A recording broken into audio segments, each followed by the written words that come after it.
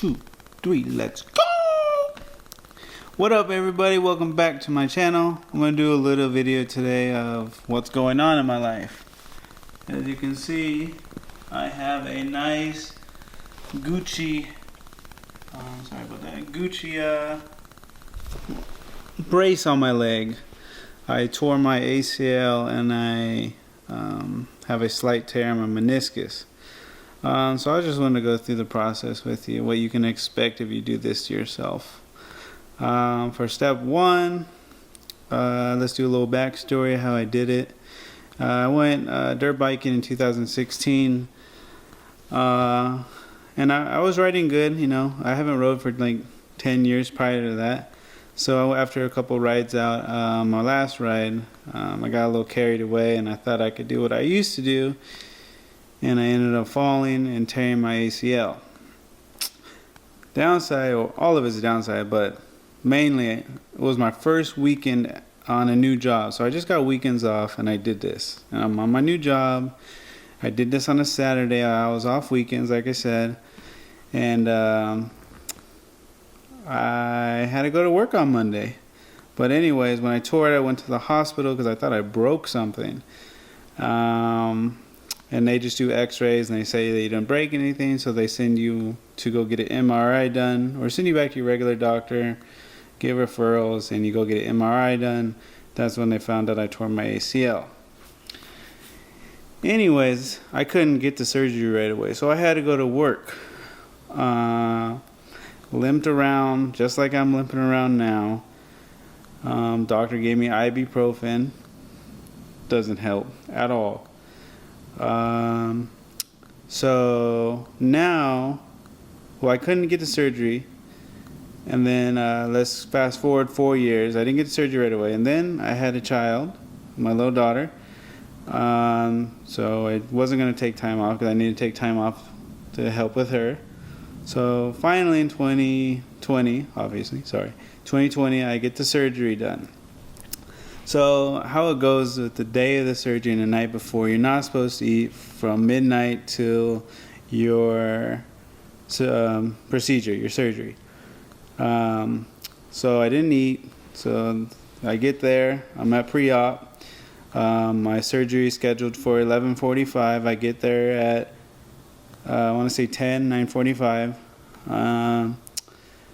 So while I'm there, they tell me that you're not supposed to drink for 2 hours before the surgery and 8 hours, no eating. So yeah, at that point I was super hungry and like dehydrated. So if anyone's going, remember that. It's not really 12 hours or whatnot. It's 2 hours for liquids. Just be safe with the water though, do water. And no eating for 8, do 10 maybe. But yeah, I took it way too serious. And that kind of ended up making me feel like crap. More so. So anyway, now I'm at pre-op. Now how pre-op goes is, you get there, you wait, you go to the back, they get your vitals, your weight, they ask you questions, nurses ask you questions, anesthesiologist, and your doctor. So first things first though, you get back there, they get your weight, your temperature, allergies if you're allergic to anything or whatnot. They get in a nice little gown, and then they're gonna shave your knee, or you're here for ACL, right? Okay, they're gonna shave your knee, and then get that all cleaned up. Then what? Then anesthesiologist is gonna come in. My anesthesiologist was late. My thing was at 11:45. I didn't get in the back till 3:45. Yeah. Okay. So anesthesiologist comes in. He asks you questions. He brings this big needle, like big syringe needle, huge. It scared me. I asked him. I was like, "Am I gonna feel that?"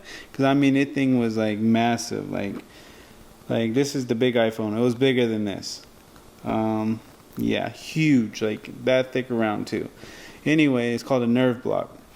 And it goes in like right here at your hip area, and first he'll give you like a gas over your mask, and then he'll inject into your IV, because you'll have an IV now going. Forgot to mention that. You'll have an IV going, so they'll inject some pain stuff. It makes you feel like, I don't know, a little woozy. Like, I don't know, like when it hits you, it's like, I don't know, it's weird. Anyway, you won't feel it. You'll feel them poking around, but to get this needle into the nerve block or the nerves you have here, they use an ultrasound, so you can like watch it on the side of you, how he gets this needle into, to me, if it's called a nerve block, I think he's going into your nerves, honestly. So you see him on the screen, there's like little bumps right here, and he's like poking into them and like feeling it. It's weird. It doesn't hurt, but it's like a weird feeling. Anyway, the nerve block is a lifesaver. So after the nerve block, they send you back to the operating room.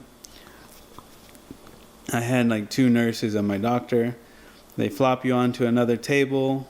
They strap you over your torso. And then I just remember getting the mask on for the anesthesia. They were telling me, my doctor was telling me they're going to put something down. No, my nurse was, that so I could breathe, but anesthesiologist said I didn't need that. It's just got the mask. So yeah, my throat wasn't going to hurt. So I remember waking up. After that, they do the procedure. So my ACL procedure was, on the side there's another tendon, and they're going to take some of the tendon and bone from that tendon, then the tendon and then bone, so it's connected. So it's like a bone line of tendon and bone. And they're not taking all of it, but they're taking some. Then they're going to drill through your knee, not your knee, but the top of your leg and the bottom of your leg, where your ACL would be, and they're going to put it through. And that was going to be my new ACL. I didn't get a hamstring graft or a cadaver and none of that. It was my own, and it was from a different tendon in my knee.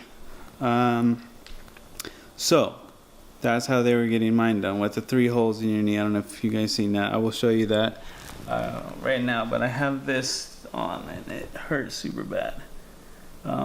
This stays on for 2 weeks. I can't shower properly or anything.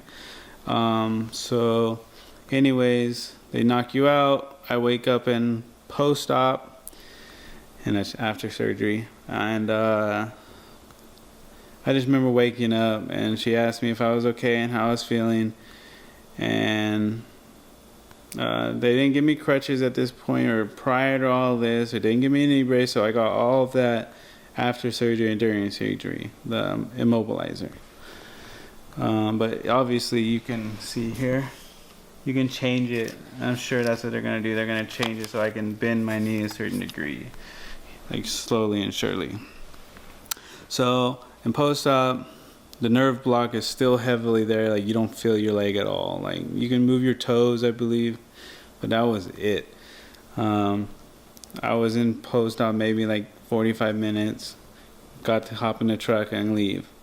The first night after your surgery, because I go home like 5 or 6 p.m., surgery is only like, I want to say like an hour, 45 minutes. I think it's an hour and 45 minutes. And anyways, you get home, nerve block's still strong. It's a lifesaver. I was able to eat just fine. I ate dinner just fine. Felt totally normal, cool. Felt like Superman with my leg. Anyways, that first night I slept on the couch for 4 nights. Was just more comfortable. So that first night's easy. The second morning and day is easy because nerve block is still super strong. You don't feel anything. You feel like, oh, if I'm healing, I'm good to go. So after about that first day into that second night is when the pain really kicks in. Like, it hits you like a truck. It hurts pretty bad. Like, so when I tore it, I thought that hurt. No. After the surgery, after nerve block ends, it hurts. That's when it hurts.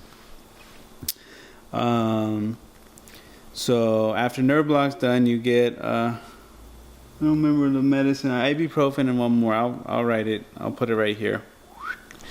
And the better one, it helps. It takes the edge off for sure. Ibuprofen just helps like maintain in between. So you do 6 hours of the big one. Every 6 hours, the big pill, and in between you can do ibuprofen if you need it at the 3 hour mark. I opt to take it because if I don't, like say after my second day when the nerve block wore off, I was going to use the pills the first day, second day, and like start backing off of it already. But that didn't work because it hurt super bad, more than I expected. So day 2 is when nerve block, or 1 into 2 nerve block falls off. You'll be numb a little bit where the nerve block went in, and you'll have a nice bruise there. But after that, day 3, 4, and 5, day 3 and 4 were okay. They're better. Not too bad. Just stay on the pills, pain relievers. But day 5, you get real achy. Like it starts to ache pretty bad. I would say day 6 was horrible. Day 6 night was horrible. I couldn't sleep. I don't know if it's because I missed my pill by a couple hours. Like I say, if you don't stay on them like consistently around the clock, you're gonna get gaps where like the pain, you'll feel it. It'll kick in. So day 6. So I'm on day 7 today. So the day is cool. Last night was like, it was like annoyingly hurting, irritating, couldn't really sleep. Day 6 was horrible. I almost thought I was going backwards from day 5 and 6, like pain wise, and like it hurts super bad to put weight on it. I have crutches, but I don't use them all the time. I have a little daughter, and it's kind of hard to use crutches and grab her and stuff. But yeah, so day 7, I'm at day 7 now. It's a better day today, definitely. I didn't think so coming at this morning, pain wise, but yeah, it's all right today. I can move around pretty good. I have next Monday, I'll get it off. They wrap it with an ace wrap in this. I could take the immobilizer off to stretch, and like bend my knee around, but they suggest don't stand on it without the immobilizer. That's about it so far. I can bend. I could take this off and bend it fairly. Mainly, the pain is right in here, like in the front, super bad. But that's about as far as I can bend it. I don't know if you can see. And then going straight, you can't get it all the way straight. But yeah, you can use your ankle, and you can't really flex your thigh. It's kind of awkward, kind of hurts. But that's about it for now. I'm gonna start doing videos of recovery and like the exercises and the PT. But in the comments, you guys can leave below, like, you know, how your experience went, or, you know, link your Reddit post about, or wherever you post about how your recovery went and how your operation went. I'm like, you know, to see where I am at versus you, and you can see where you're at versus me. And I see there's not a ton of videos on ACL recovery and stuff, so I just, like, I'm going through it, might as well post about it. Some content I like posting. It's just like sometimes I get stuck because, like, what am I gonna post about? Like what I do all day with my daughter. Like, I don't know. Do you guys want to see that? So yeah, it's just hard to find something to post about, and like that's kind of my private stuff. I'd rather just keep it like that. But I could do like what I eat, you know, cook with me,